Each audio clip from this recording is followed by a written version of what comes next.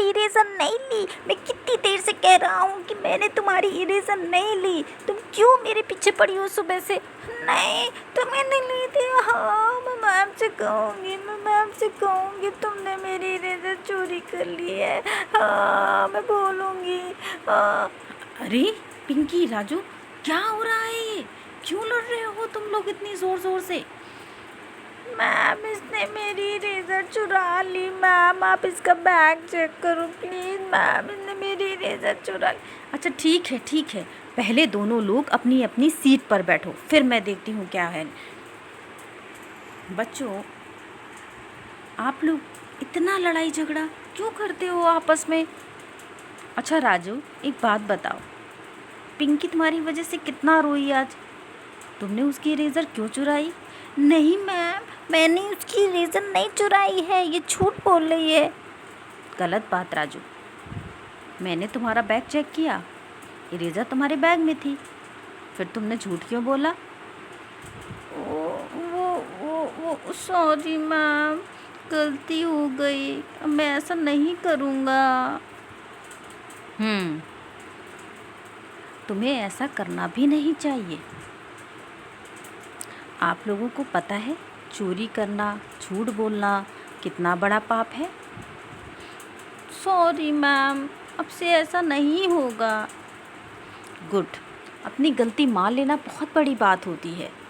आप लोगों को पता है हमारे देश में इतने बड़े बड़े महान लोग पैदा हुए जो हमेशा सच बोलते थे, जिन्होंने हमेशा सच का साथ दिया और जो कि अपनी दानवीरता, परोपकार, अच्छे कामों के लिए हमेशा याद किए जाते हैं। आपको गांधी जी याद है ना? जी मैम, याद है। 2 अक्टूबर को हम लोग उनका जन्मदिन मनाते हैं। हाँ बेटा, तो वो भी देखो अपने सत्य निष्ठा के लिए कितने जाने जाते हैं। उसी तरीके से बहुत पुराने समय में एक राजा थे जिनका नाम था राजा हरिश्चंद्र। राजा हरिश्चंद्र? हाँ बच्चों, राजा हरिश्चंद्र। और उनके नाम को आज भी लोग याद करते हैं क्योंकि वो अपनी सत्यवादिता, दान और परोपकार जैसे गुणों के कारण पूरी दुनिया में प्रसिद्ध हैं। अच्छा मैम, हम भी सुनेंगे उनकी कहानी। सुनाइए ना, हमें राजा जी की कहानी बहुत पसंद है। प्लीज़ मैम, सुनाइए। हाँ ठीक है, चलो अब हम उनकी कहानी सुनते हैं। बहुत पुराने समय में एक राजा थे जिनका नाम था राजा हरिश्चंद्र। वो अपनी दानवीरता, सत्यनिष्ठा के लिए जाने जाते थे, पर देवताओं को इसमें शंका थी। एक बार क्या हुआ, देवताओं ने एक सभा बुलाई। जैसे कि अपने यहाँ मीटिंग होती है ना, वैसे ही उन्होंने भी एक मीटिंग रखी और उन्होंने उस मीटिंग में बोला कि हमें क्यों ना राजा की परीक्षा ली जाए, क्योंकि इस दुनिया में इतना ज़्यादा पाप है, इतना ज़्यादा दुख है, ऐसे में कोई कैसे अपने सत्य और निष्ठा पर टिका रह सकता है। तो ये सोचकर इन जो देवताओं के गुरु थे, गुरु नारद जी, उन्होंने बोला कि क्यों ना हम लोग राजा हरिश्चंद्र जी की परीक्षा लेते हैं। तो जो देवताओं के देवता यानी इंद्र जी थे, उन्होंने कहा ठीक है, आप इस परीक्षा के लिए राजा की परीक्षा के लिए आप पृथ्वी लोक पर जाइए और महर्षि विश्वामित्र जो कि देव गुरु हैं, उनसे बात कीजिए ताकि वो उनकी परीक्षा ले सकें।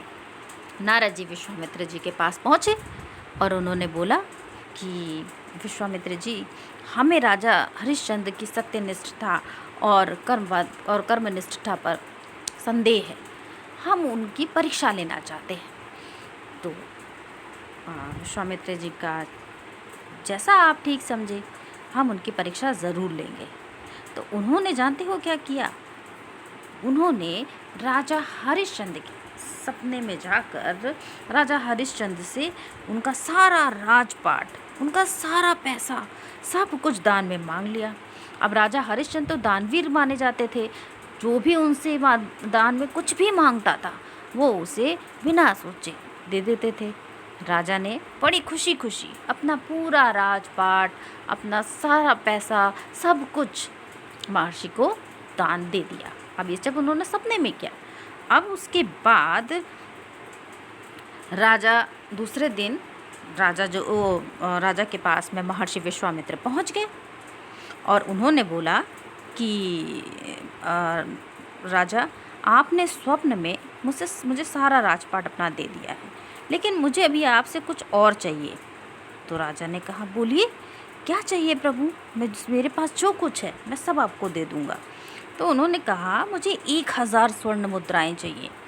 तो राजा ने कहा, लेकिन मैं तो आपको सब कुछ पहले ही दान कर चुका हूँ, अब मेरे पास तो कुछ भी नहीं बचा, अब मैं कैसे आपको मुद्राएं दूँ। तो विश्वामित्र ने कहा, इसका मतलब तुमने हार मान ली, तुम दानवीर नहीं हो, तुम मुझे दान नहीं दोगे। तो राजा ने कहा, नहीं प्रभु, ऐसा नहीं है, मैं अपने आप को बेच कर भी आपको दान दूंगा। राजा की पत्नी थी जिनका नाम था तारामती, और एक पुत्र था जिसका नाम था, यानी बेटा था जिसका नाम था रोहित। राजा ने क्या करा, अपना सारा राज्य, सब कुछ वो जो दान कर चुके थे उन्होंने सब कुछ छोड़ा और एक साधारण कपड़े पहनकर अपनी पत्नी और अपने पुत्र को लेकर राज सिंहासन छोड़ दिया और वहाँ से जंगलों जंगलों अटकने लगे। पति और पुत्र बहुत परेशान हुए, लेकिन उन्होंने पत्नी ने अपने पति का साथ नहीं छोड़ा, वो दोनों उनके साथ रहे। अब विश्वामित्र जी को तो अपना दान चाहिए था जो उन्होंने 1000 स्वर्ण मुद्राएं मांगी थी, अब राजा उसे कैसे चुकाता। इसलिए उन्होंने क्या किया, खुद को और अपनी पत्नी और अपने बेटे को बेचने का निर्णय लिया और उससे जो प्राप्त मुद्रा हुई उसको उन्होंने विश्वामित्र जी को देने का निर्णय लिया। अब बाज़ार में उन्होंने सबसे पहले अपनी पत्नी और पुत्र को एक ब्राह्मण को बेचा, जहाँ पर उन्होंने उसके घर के कामकाज के लिए एक नौकरानी के तौर पर खरीद लिया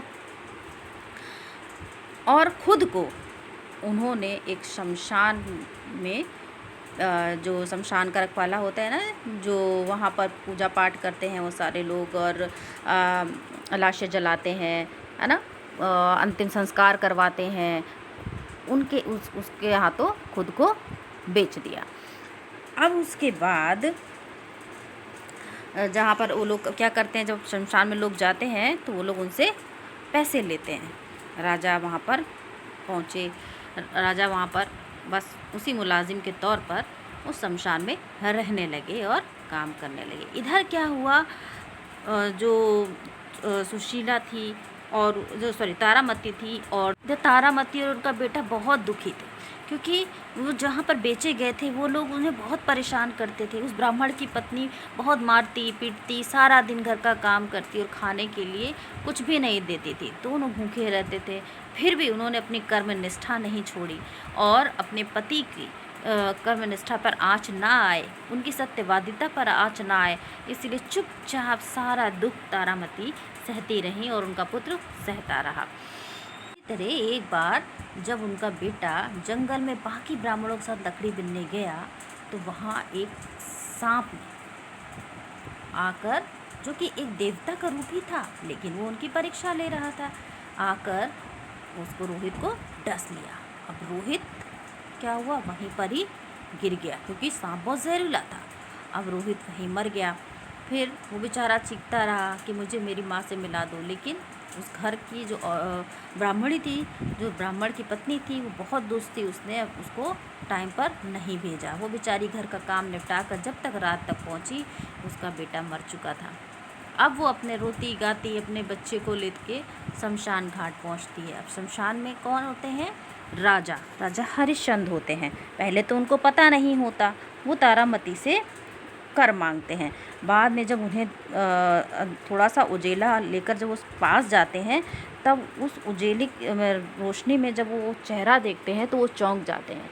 वो कोई और महिला नहीं बल्कि तारामती होती हैं, जो फूट फूट कर अपने बच्चे की लाश पर रो रही होती हैं। तारामती भी सिर उठाकर जब उनकी तरफ देखती हैं तो दोनों विलाप करने लगते हैं, बहुत रोते हैं, बहुत दुखी होते हैं। तारामती उन्हें सब बताती हैं किस तरह उनके बेटे का देहांत हो गया, बेटा मर गया, तो सांप ने काट लिया। लेकिन राजा अपनी कर्मनिष्ठा से टस से मस नहीं होते। वो फिर से अपना दुख छोड़कर मजबूत होकर खड़े होते हैं और तारामती से शव के लिए जलाने के लिए पैसा मांगते हैं। अब तारामती के पास तो कुछ नहीं होता, वो बहुत दुखी होती हैं। वो प्रार्थना करती हैं कि उनके पास कुछ भी नहीं है और उनकी मालकिन उन्हें कुछ देगी भी नहीं, वो कर कहाँ से दे। पर राजा कहते हैं नहीं, मेरा कर्म है ये और मुझे इसे पूरा करना ही होगा, मैं बिना तुमसे कर लिए इसको जलाने नहीं दे सकता। तारामती बहुत दुखी होती हैं, वो भाग कर जाती हैं। वो कहती हैं अच्छा ठीक है, आप देखभाल करिए राहुल की, मैं अभी आती हूँ। वो भाग कर बेचारी भिक्षा मांगने के लिए जाती हैं, लेकिन रास्ते में उनके साथ एक और अनहोनी इंतज़ार कर रही होती है, क्योंकि वो भी देवताओं द्वारा रची गई होती है। एक राजकुमार की लाश जो कि वहाँ पहले पड़ी होती है, तारामती का भागते भागते उस पर पैर लग जाता है। अब जो सिपाही होते हैं भाग के आके तारामती को पकड़ लेते हैं इस इल्ज़ाम में कि उसने ही सारा जेवर राजकुमार का छीन के उनको मार दिया है। राजा उसको आज्ञा दे देता है कि इसको शमशान घाट में ले जाकर और इसका सर कलम कर दिया जाए। तारामती को हथकड़ियों में डालकर शमशान घाट लाया जाता है। जब वो आती हैं शमशान घाट तो राजा देखकर बहुत दुखी होते हैं और बोलते हैं कि ये ऐसा नहीं हो सकता, मेरी पत्नी को इतनी बड़ी सज़ा नहीं मिल सकती, मेरे कर्मनिष्ठ होने की सज़ा मेरी पत्नी और मेरे बेटे को मिल रही है, ऐसा नहीं हो सकता। पर रानी खुशी खुशी वो सज़ा स्वीकार कर लेती हैं और बोलती हैं कि मैं आपकी कर्मनिष्ठा में आपके साथ हमेशा हूँ, मैं आपका सर नहीं झुकने दे सकती। तो राजा फिर उनसे कहते हैं कि अच्छा ठीक। राजा उनका सर नीचे रखते हैं और जैसे ही अपना फरसा उठाते हैं उनके गले पर मारने के लिए, विश्वामित्र जी वहाँ पर प्रकट हो जाते हैं और वो फरसा जैसे ही उनके गले पे पड़ता है तो वो फूलों की माला में बदल जाता है। विश्वामित्र जी आकर राजा की बहुत प्रशंसा करते हैं, उनकी कर्म निष्ठा के, उनकी सत्यवादिता, उनकी परोपकार, उनकी दान वीरता पर बहुत प्रसन्न होते हैं। और उसी समय वहाँ पे सारे देवी देवता इकट्ठा हो जाते हैं और जो लोग वहाँ पर मौजूद थे उनकी परीक्षा ले रहे थे, उस घर के मालिक ब्राह्मण और ब्राह्मणी जो कि वहाँ पर शिव और शक्ति के रूप में थे, रूप बदलकर उनके साथ थे, वो अपने असली रूप में आ जाते हैं। वो शमशान का मालिक जो कि यमराज बनकर आए थे वो अपने असली रूप में आते हैं और सब उनको ढेरों आशीर्वाद देकर उनके पुत्र को फिर से जीवित करते हैं और उनका सारा राजपाट, उनका राज्य, सब कुछ उन्हें वापस कर वहाँ से अंतर्ध्यान हो जाते हैं और उन्हें आशीर्वाद देते हैं कि उनकी सत्यवादिता और उनकी कर्मनिष्ठा पूरे संसार में गाई जाएगी और हमेशा उसके लिए उनका नाम लिया जाएगा। तो बच्चों, ये कहानी थी राजा हरिश्चंद्र की। और आप सभी लोगों को भी कोशिश करनी है कि जब तक बहुत परेशानी ना हो कभी झूठ ना बोलो, हमेशा सच का साथ दो, क्योंकि एक सच छुपाने के लिए 1000 झूठ आपको बोलने पड़ते हैं।